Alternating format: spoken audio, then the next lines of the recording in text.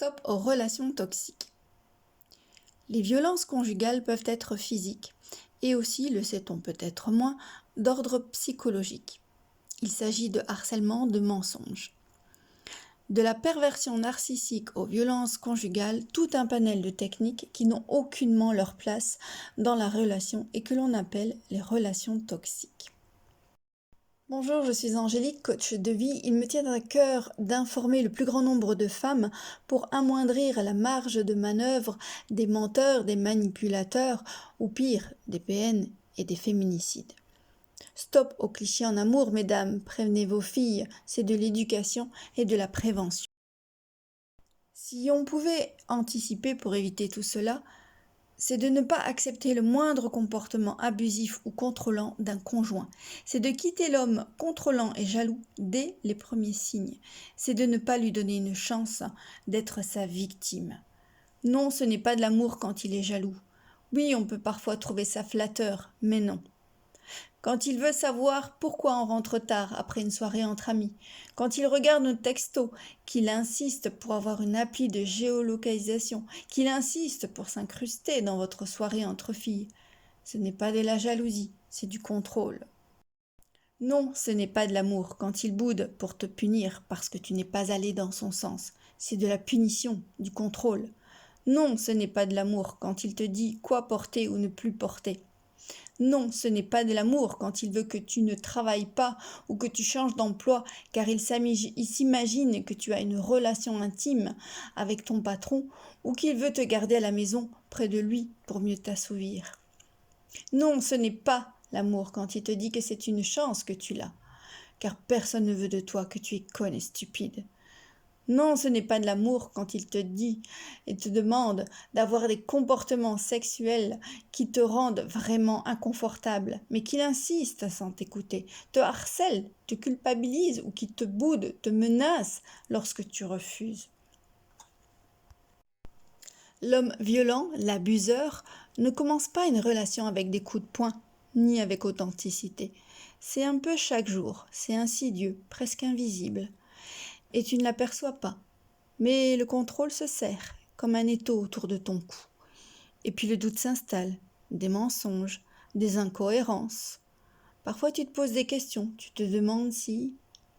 Mais c'est difficile de croire que toi, femme intelligente, pleine de vie et d'ambition, tu as pu tomber dans le panneau d'une relation violente ou d'emprise, dans une relation de manipulation mentale et de harcèlement. Tu te dis, on est ensemble depuis quelques mois seulement, on va s'ajuster. Et puis le pauvre, tu te dis qu'il a eu une enfance difficile, qu'il a été abandonné par son père, que tu peux l'aider, qu'il va changer avec ton amour. Et puis son ex à lui, celle qui a essayé de te prévenir et qui a fait passer pour une menteuse, qui l'a discrédité. Oh, lui, il semblait tellement crédible. Mais enfin, arrête, écoute tes intuitions, sois réaliste, pas besoin de vivre des années avec lui pour le savoir. Il est contrôlant, il est abusif, il ne changera pas, et tu ne le changeras pas. Lorsque cette lumière s'allume, lorsque tu commences à sentir rétrécir ta poitrine, lorsque la peur s'installe doucement et finit par se retrouver au fond de ton ventre tous les jours, mets fin à la relation. Ces sensations ne sont pas de l'amour. Pars, quitte, va-t'en, sauve-toi, avant l'arrivée d'enfants, avant d'acheter une maison à deux, avant qu'il soit trop tard, avant que le pire arrive, avant que tu ne puisses plus quitter, avant ta mort, et là je parle des femmes battues. Même si on n'a pas fait de développement personnel dans sa vie, on est à même de sentir ce qui n'est pas de l'amour. Ce qu'il vous fait subir, le feriez-vous à l'autre ? Partagez ces infos, cette chaîne YouTube, informez vos filles, protégez-les. Et pour finir, commence à lister ce qu'est l'amour. C'est de l'amour si tu peux demander un avis, du soutien, si ce même avis tu es libre de suivre ou non, s'il te laisse voir tes amis, avoir des activités librement avec confiance, si vous partagez les tâches de la maison, non pas pour t'aider, parce que ce n'est pas ton rôle, mais parce qu'il est cohabitant et responsable avec toi de l'utilisation de la maison. Tu n'es pas son esclave.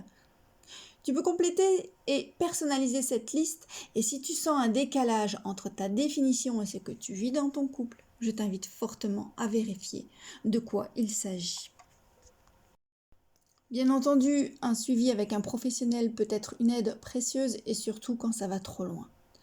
J'ai pertinemment mis le numéro d'appel de secours sur la miniature de cette vidéo pour votre information. Vous avez des droits et vous pouvez demander de l'aide.